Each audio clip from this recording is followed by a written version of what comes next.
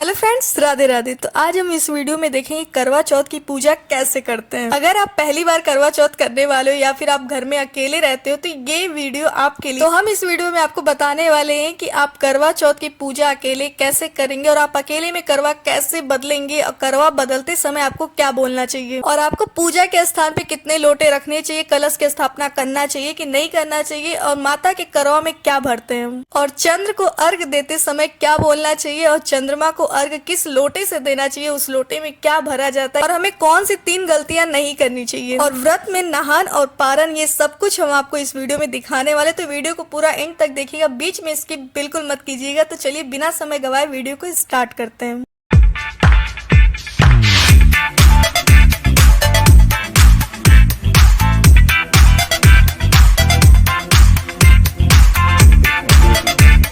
Hello friends, Radhe Radhe. तो कैसे हैं आप सब? उम्मीद करते हैं आप लोग बहुत अच्छे होंगे। तो एक बार फिर से स्वागत है आपका मेरे चैनल पे और आज हम आपको दिखाने वाले करवा चौथ की बहुत ही सरल विधि। करवा चौथ का व्रत सुहाग की लंबी आयु की कामना के लिए रखा जाता है, जिसमें शिव परिवार, चंद्रदेव और करवा माता की पूजा की जाती है। तो करवा से एक दिन पहले आप मेहंदी जरूर लगाएं, ये बहुत ही शुभ होता है। और करवा की सुबह आप सरगी जरूर लें, ये गलती बिल्कुल भी ना करें कि आप सरगी नहीं लेंगे। सरगी में सास आपको सजने का पूरा श्रृंगार का सामान देती है और आपको दूध मेवा फल देती, जिसे खा के आप अपने व्रत की शुरुआत करेंगे। तो अब चलते हैं पूजा की तरफ। पूजा आप दोपहर से शुरू कर सकते हैं या फिर आप डायरेक्ट शाम को कर सकते हैं। दोपहर से शुरू करने का मतलब होता है कि आप जब भी पूजा की शुरुआत करें आपको एक दीपक जलाना पड़ेगा। वो दीपक तब तक होना चाहिए जब तक चांद ना निकल जाए, जिसकी वजह से अधिकतर घरों में शाम से पूजा की शुरुआत की जाती है और अधिकतर लोग दोपहर में भोजन बनाते हैं जो माता करवा को चढ़ाया जाता है। तो सबसे पहले आपको यहाँ पे आसन बिछाना पड़ेगा। उस आसन पे चावल से या चावल के आटे से आपको चौक भरना होगा। फिर आपको जहाँ फोटो रखना उसके नीचे आप चावल या गेहूं रख के उनका आसन बना के उस पे माता रानी को विराजमान करेंगे। इसमें आपको 2 फोटो लगेगी, शिव परिवार और करवा माता। यदि करवा माता की फोटो पे गणपति जी विराजमान है तो आप शिव परिवार नहीं रखेंगे तो भी चलेगा, क्योंकि आज के दिन गौरी गणेश की पूजा जरूर की जाती है। तो इस वजह से अगर आप में गणपति जी नहीं है तो आपको शिव परिवार रखना पड़ेगा।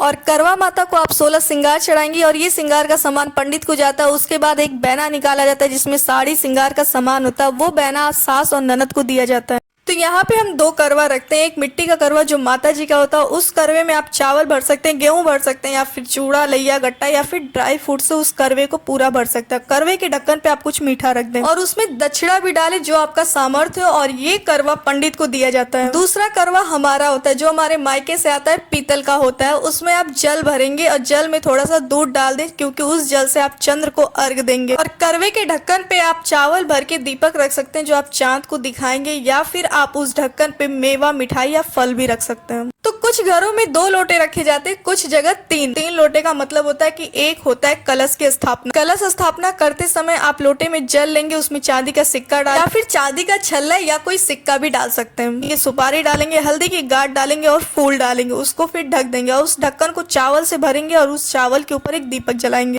और उस कलश को मौली से बांधेंगे और जहां भी आपको रखना उसके नीचे चावल थोड़ा सा डाल दें या गेहूं, उसके ऊपर कलश की स्थापना करें। और अगर आप कलश की स्थापना नहीं कर रही हैं तो सिर्फ एक दीपक जलाएं, या तो अपने करवे के ऊपर या फिर सिर्फ माता जी के सामने। और फिर दोनों करवे में 4-4 सिक्का लगाएंगे। कई जगह पे 7 लगाए जाते हैं, मेरे यहाँ 4 लगाया जाता है। तो सब तैयारी करने के बाद हम माता जी को फूल चढ़ाएंगे, टीका लगाएंगे, फल फूल चढ़ाएंगे। आप जो भी प्रसाद में बनाए रहते हैं वो भोग लगाएंगे और फिर माता जी को धूप दिखाएंगे और एक घी का दीपक जलाएंगे। और कथा पढ़ने से पहले आप किताब पे भी टीका फूल अर्पित जरूर करें। बिना किए पढ़ रहे हैं तो ये गलती बिल्कुल भी ना करें। और फिर आप हाथ में 13 दाने गेहूं के या चावल के, उसमें थोड़ा सा फूल रख के आप अपनी कथा पढ़ना शुरू करेंगे। कथा पूरा होने पे जो आपके हाथ में चावल है आप उसे आंचल में बांध ले या फिर माता जी के सामने डाल दे। तो कथा पढ़ने के बाद यहाँ बारी आती करवा बदलने की। यहाँ पे करवे को 7 बार बदला जाता है, जिससे कि माता जी का करवा आपके साइड आ जाए और आपका करवा माता जी के साइड चला जाता है। करवा बदलते समय आपको 7 बार बोलना पड़ता है, ले सुहागन दे सुहागन, क्योंकि यहाँ पे आप माता पार्वती से अपने लिए अपना सुहाग मांगती हैं। कथा पूरा होने के बाद यहाँ पे जल आचमन करेंगे, भूल चूक की माफी मांगे। यहाँ पे करवा माता और गौरी माता का पूजा पूरा होता है। अब चलते हैं चंद्रदेव के पास। अब हम आ गए यहाँ पे चंद्रदेव की पूजा करने के लिए। ये पूजा मेरे यहाँ होती है, बहुत जगह ये पूजा नहीं होता है। तो यहाँ पे मैं आपको बता दूं, इस पूजा में आपको चावल के आटे से 4 गोला बनाना पड़ता है। फिर इस गोले में रोली, अक्षत, फूल चढ़ाया जाता है, धूप दिया दिखाया जाता है, जो प्रसाद बनाया वो चढ़ाया जाता है। फिर उसके बाद थोड़ा थोड़ा जल गिरा के 7 बार गोल घूमा जाता है। फिर डायरेक्ट चांद को देखते हैं, उनको भी रोली, अछत और धूप दिया दिखाते। फिर उसके बाद चांद को अर्घ दिया जाता है। अर्घ देते समय आपको बोलना रहेगा ओम श्रीम श्रीम चंद्राय नमः। और आप जब भी चंद्र को अर्घ दे तो उसके पानी आपके पैरों पे नहीं पड़ना चाहिए, ये गलती बिल्कुल ना करें। अर्घ देते समय आप उसके नीचे बाल्टी या गमला जरूर रखें। फिर चलनी से चांद को देखें और उसी चलनी से अपने पति का चेहरा देख के व्रत का पारण करें। तो उम्मीद करते हैं मेरा ये वीडियो आपको काफी पसंद आया होगा, समझने में आसानी रही होगी। अगर पसंद आया तो लाइक शेयर कमेंट जरूर कीजिएगा। मिलते हैं बहुत जल्द ऐसे नए इंटरेस्टिंग वीडियो के साथ।